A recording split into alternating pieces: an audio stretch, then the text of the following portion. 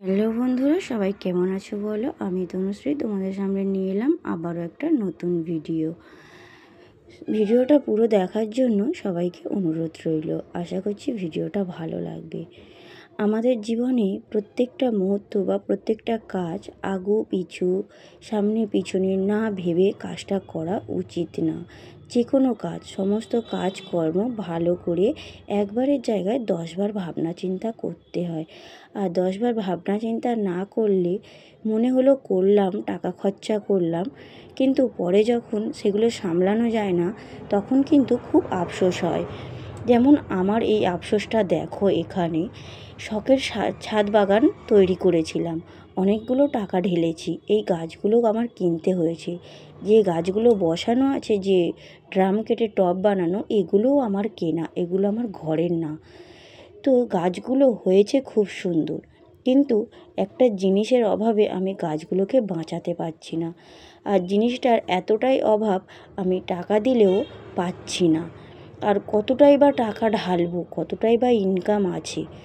তো সমস্ত কিছু যদি কেনার উপর দিয়ে হয়ে যায়, তাহলে এগুলোকে কিভাবে বাঁচাবো? এগুলো জলের অভাবে গাছগুলোকে আমি বাঁচাতে পারছি না। একদিন বৃষ্টি হলে দুদিন আর হয় না। আর বৃষ্টি তো সবসময় হবে না, সারা বছর হবে না, তার যখন সময় হবে সে তখন হবে। দেখো, গাছের গোড়ার মাটিগুলো শুকিয়ে গেছে। আগের দিন বিকেলবেলা প্রচুর বৃষ্টি হয়েছে, আর আজকের এতটাই রোদ উঠেছে আর এতটাই গরম পড়েছিল, গাছের মাটিগুলো সব শুকিয়ে গেছে। এদের মানে এরা তো জল ছাড়া থাকতে পারে না। এদেরকে যদি জল না দিই আমি কিভাবে বাঁচাবো? আর আমি যদি না জলটা পাই, আমি কিভাবে এদেরকে দেব? আমার নিজেরই জল থাকে না।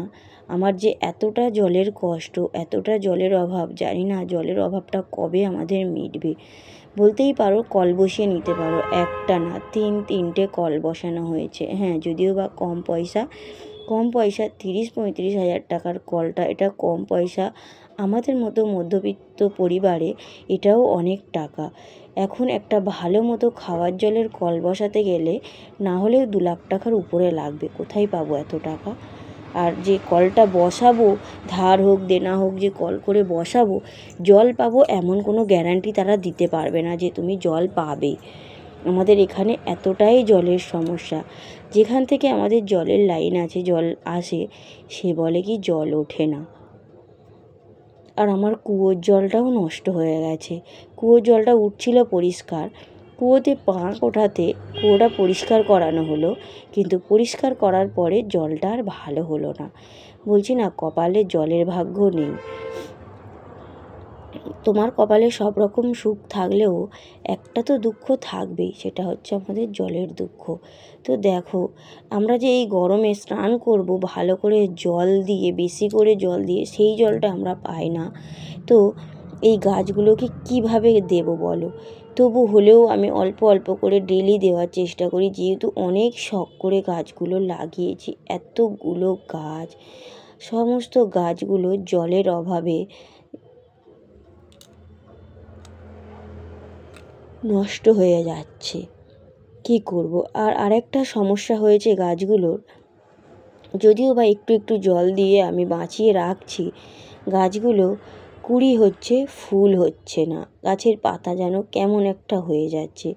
এই সমস্যাটা আমি অনেকের ভিডিওতে দেখছি, যে কুঁড়ি হয়ে ঝরে পড়ে যাচ্ছে, কিন্তু ফুল ফুটছে না, পাতা কেমন একটা হয়ে যাচ্ছে। এর সমস্যা কি আর এর সমাধান কি, সেটাই বুঝে উঠতে পারলাম না। এই গাছটা কয়েকদিন আগে বসানো, মানে কয়েকটা মাস আগে বসানো, গাছটা কত সুন্দরভাবে হয়েছে। যদি না বাঁচাতে পারি, কতটা কষ্ট হয় বলো তো। আর এই যে দেখো, গাছ ভরা ফল, এর এখনও বয়স কিন্তু 1 বছরও হয়নি। আগের বছর ভাদ্র মাসে লাগানো হয়েছিল, ভাদ্র মাসে তাও না, আশ্বিন মাসে লাগিয়েছিলাম।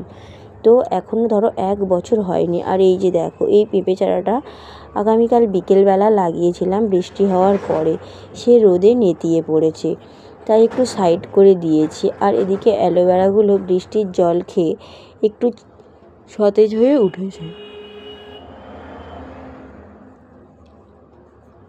এখানে অনেকগুলো পেঁপিয়া চারা হয়ে আছে।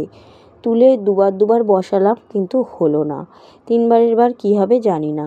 আর এই একটা গাছ, অনেকগুলো গাছকে আমি বাঁচাতে পারছি না, কী কারণ কী হচ্ছে, অথচ একই মাটি একই সব। আমি তো মনে করছি জলের অভাবে এদেরকে আমি যত্ন করতে পারছি না। যতটা পারছি চেষ্টা করছি, কিন্তু হচ্ছে না। দেখো কতগুলো গাছ, আমার পুরোটা ছাদ ভরা গাছ, কিন্তু আমি এদেরকে যত্ন করতে পারছি না একটা জিনিসের অভাবে।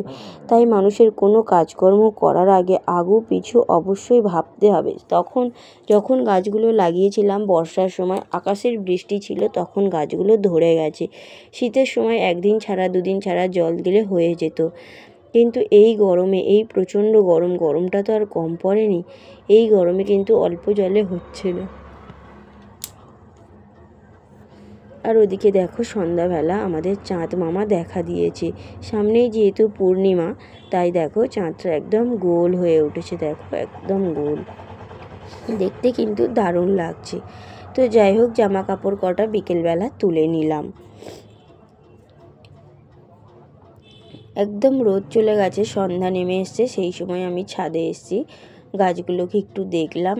আর এই যে জামা কাপড় কটা নামিয়ে নিলাম। এতটাই গরম পড়েছে যে রোদ অবস্থায় ছাদে ওঠা যায় না, প্রচণ্ড গরম লাগে। আর আমার তো সব সময় ঘাম হতে থাকে, যতক্ষণ ফ্যানের তলায় থাকবো ততক্ষণ ঠিক থাকবো, আর ফ্যানের তলা থেকে সরে গেলেই পুরো ঘামে ভিজে যাব। তো যাই হোক, এদিকে জামা কাপড় কটা ঘাম হোক আর যাই হোক, এগুলো তো করতেই হবে না, এগুলো করার মতো আর কেউ নেই। আর কেউ থাকলেও যে সে করবে তার কোনো মানে নেই। তো যাই হোক, আমার কাজগুলো আমি শেষ করে নিচ্ছি। জামা কাপড় কটা তুলে নিলাম। এতটাই কি বলবো, এতটাই অসহায় লাগে এই গরমে। আর এখানে যে কারোর পুকুরে, যে কারোর বলতেই পারো যে কারোর পুকুরে যেতে পারো, এখানের মানুষগুলো কেমন জানো তো, তোমার পুকুরে বা তোমার ঘাটে যদি আমি আজকে যাই, আজকের বলবে হ্যাঁ তুমি নামো, জামা কাপড় কেচে নাও, স্নান করে নাও, কালকে সহ্য করবে, চুপ করে থাকবে, কিন্তু 3 দিনের দিন বলবে আমার পুকুরের মাছ মরে যাবে, আমার জল নষ্ট হয়ে যাচ্ছে। কিন্তু সারা দুনিয়ার লোক যদি সেখানে যায়, তাদেরকে কি বলে জানি না, কিন্তু দেখে দেখে হয়তো যাদেরকে পছন্দ করে না তাদের মুখের ওপর বলে। সবাই তো আর সমান না, সেই জন্য লোকের কোথাও যেতে পছন্দ হয় না। কথাটা শুনেছি আজ থেকে 2 বছর আগে, তারপর থেকে আমি আর কোথাও যাই না। বাড়িতে যতটুকু থাকে ততটুকু দিয়েই আমি সামলে নিই। দরকার হলে কল থেকে কষ্ট করে টেনে আনি। অনেকে বলে এত জল তুললে তো মরে যাবি। তখন কথা হচ্ছে যতদিন বেঁচে আছি ততদিন করি, মরে গেলে তো সব ফুরিয়ে যাবে। তো যাই হোক, আর সন্ধ্যাবেলা দেখো বড় একটা পছন্দের জিনিস নিল, নতুন জিনিস।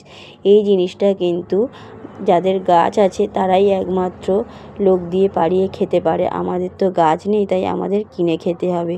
তো আমার বর দুটো, একটা না একেবারে একটা কাঁদি ধরে কিনে নিয়ে চলে এসছে দেখো। আর এগুলোর যে আঁটি ছাড়িয়ে বিক্রি হচ্ছে 5 টাকা পিস, একটা পিসের দাম 5 টাকা, 1 টাকাও কম নেবে না। বলেছিলাম যে অনেকগুলো নেব, একটু কম নাও, হবে না, 1 পিস দেবে তোমাকে বেশি, মানে 10টা নিলে একটা বেশি দেবে, 5 টাকা পিস। আমরা 5টা মানুষ, 10 পিস নিয়ে এলে 2টো করে কি মন ভরবে? আর যে শুধু আমার বর নিয়ে আসে, আমি আমার ছেলে খাবো এটা তো না, তার মা আছে, তার ভাই আছে, তারও তো ইচ্ছা জাগে মা ভাইকে খাওয়াতে। যেহেতু আমরা এক ফ্যামিলিতে থাকি, একসাথে থাকি, একটুখানি হলেও সবাই মিলে ভাগযোগ করে খায়। আর যেহেতু বাড়িতে আমার ছেলে একা, তাই ওকে সবাই ভালোবাসে, সবাই না খেয়ে ওকে সবাই একটুখানি করে খেয়েও ওকে বেশি খাওয়ায়। তাই সেই মতো আমারও উচিত সবাইকে একটুখানি হলেও দেওয়া, সেই জন্য যাতে সবার ভাগে একটা করে হলেও পড়ে। সেই জন্য আমার বর একটা কাঁদি ধরে কিনে নিয়ে এসছে। তো নিয়ে এসে সাথে সাথে দেখো আমাকে আর ছেলেকে খাওয়ানোর জন্য এই যে তালটা কাটতে বসে গেছে। আর তাল কাটা কিন্তু সত্যি খুব রিস্ক। তাল না কাল এমনি এমনি কথাটা বলা হয় না, এটা কাটা খুব রিস্ক, একটু এদিক ওদিক হলেই হাত কাটবে। একটা পুরুষ মানুষ সারাটা দিন, আজকে শনিবার আমাদের এখানে বাজার বন্ধ, তাও আমার বর কাজ করেছে। যেহেতু আমাদের টায়ারের দোকান, তাই আমাদের দোকানটা বন্ধ হওয়ার কথা না, যেহেতু রাস্তায় গাড়ি চলছে, তাই এই দোকানটা খোলা রাখতেই হবে। ও একটা বেলা পুরো কাজ করেছে। একটা বেলা বলা ভুল, প্রায় 3টে পর্যন্ত কাজ করেছে। তারপরে খাওয়া দাওয়া করে একটুখানি 1 ঘন্টা রেস্ট নিয়ে আবার বাজার থেকে সন্ধ্যাবেলায় এইগুলো কিনে নিয়ে এসে দেখো সাথে সাথে কেটে দিচ্ছে। বলতে তো পারতো আমি পরের দিন দেব, না, আমাদের মুখে হাসি দেখার জন্য বা আমাদের ইচ্ছাটাকে পূরণ করার জন্য এটা কিন্তু সাথে সাথে কাটতে বসেছে। এই গরমের মধ্যে কি ওদের কষ্ট হয় না? আমরা মেয়েরা শুধু বলি আমাদের ছুটি নেই, আসলে তা না, পুরুষ মানুষেরও ছুটি নেই। তারাও তাদের বউ বাচ্চাদের মুখে হাসি দেখার জন্য বা তাদের একটু খুশি থাকার জন্য তারাও সারাটা দিন পরিশ্রম করে, যে তারা যাতে ভালো থাকে, তারা যাতে সুস্থ থাকে, তাদেরকে কিভাবে একটু ভালো রাখা যায়, যতই গরিব ঘর হোক না কেন। আবার সমস্ত পুরুষ মানুষ সমান না, আর সমস্ত মেয়েও সমান না, সবাই যে এক হবে তা না। কিছু কিছু মানুষ আছে যে তারা বউ বাচ্চার জন্য, পুরুষ মানুষের কথাই বলছি, বউ বাচ্চার জন্য মানে সারাটা দিন পরিশ্রম করে যায়। কিছু কিছু মেয়ে আছে স্বামী সন্তানকে সুখে রাখার জন্য সমস্ত কিছু করে যায়। তাই প্রত্যেকটা ছেলে বা মেয়েদেরকে বলবো সবাই সবাইকে সম্মান করা উচিত, আর সবাই সবাইকে দাম দেওয়া উচিত। তো যাই হোক বন্ধুরা, আমার ভিডিওটা কেমন লাগলো অবশ্যই কমেন্ট করে জানিও, আর কথাগুলো যদি ভুল বলে থাকি অবশ্যই সেটাও কিন্তু আমাকে জানিও। ভিডিও ভালো লাগলে লাইক করো, কমেন্ট করো, আর তোমার বন্ধুদের সাথে শেয়ার করো। তোমরা কিন্তু কেউ লাইক করো না। আর যারা নতুন আছো অবশ্যই চ্যানেলটাকে সাবস্ক্রাইব করে যেও বন্ধু, যাতে আমার পরের ভিডিওটা তোমার কাছে পৌঁছে যায়। সবাই সুস্থ থেকো, ভালো থেকো, ধন্যবাদ।